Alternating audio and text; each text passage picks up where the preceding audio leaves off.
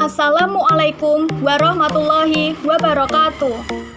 Perkenalkan, nama saya Faila Silva Soleha dengan NIM 14014218082 dari Rombel B, Program Studi Pendidikan Guru Sekolah Dasar, Fakultas Ilmu Pendidikan Universitas Negeri Semarang. Di video kali ini saya akan melakukan kegiatan praktikum mengenai pesawat sederhana, yaitu tuas atau pengungkit jenis pertama.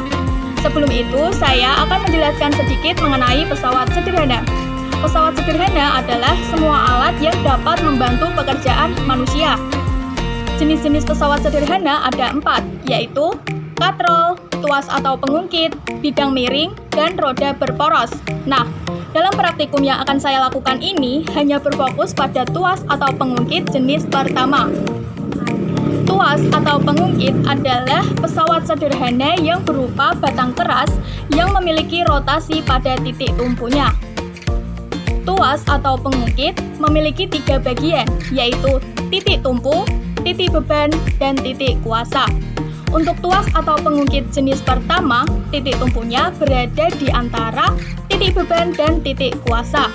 Nah, tujuan praktikum yang saya lakukan adalah mengetahui pengaruh panjang lengan beban, lengan kuasa terhadap kuasa dalam tuas atau pengungkit jenis pertama. Tahapan praktikum yang akan saya lakukan ada 3, yaitu tahap persiapan, tahap pelaksanaan, dan tahap tindak lanjut. Baiklah, selamat menyaksikan.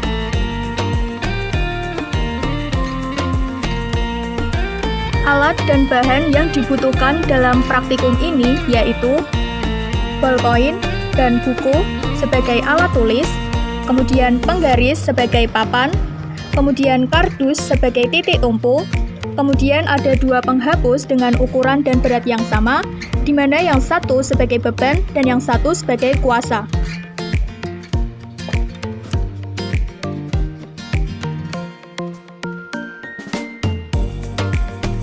Langkah kerjanya yaitu pertama, siapkan alat dan bahan yang dibutuhkan. Kemudian, tempatkan penggaris tepat di tengah-tengah yaitu 15 cm pada kardus sebagai titik tumpu. Pastikan bahwa penggaris sudah seimbang. Kemudian, letakkan penghapus masing-masing satu di sisi kiri sebagai titik beban dan di sisi kanan sebagai titik kuasa. Dapat kita lihat apabila titik tumpu diletakkan tepat di tengah-tengah papan dengan 2 penghapus yang memiliki berat yang sama, maka keadaannya adalah seimbang.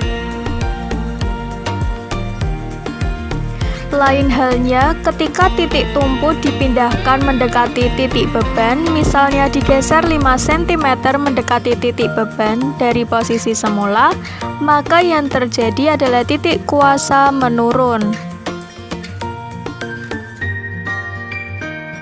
Kemudian jika kita geser lagi titik tumpu 5 cm lebih mendekati titik beban, maka yang terjadi adalah titik kuasa semakin menurun. Hal ini berarti kuasa atau tenaga yang dikeluarkan untuk mengangkat beban semakin sedikit dan beban akan terasa semakin ringan.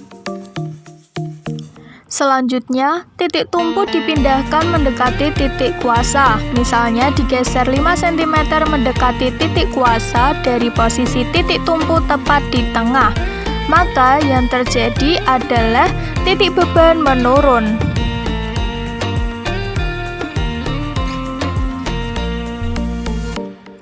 Kemudian jika kita geser lagi titik tumpu 5 cm lebih mendekati titik kuasa, maka yang terjadi adalah titik beban semakin menurun.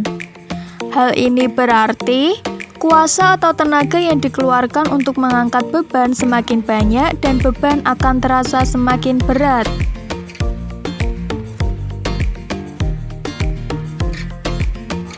Berikut adalah hasil pengamatannya. Jadi, kesimpulan dari praktikum ini adalah Apabila lengan kuasa lebih panjang daripada lengan beban, maka keuntungan mekanik yang kita dapatkan ketika kita mengangkat suatu beban akan semakin banyak.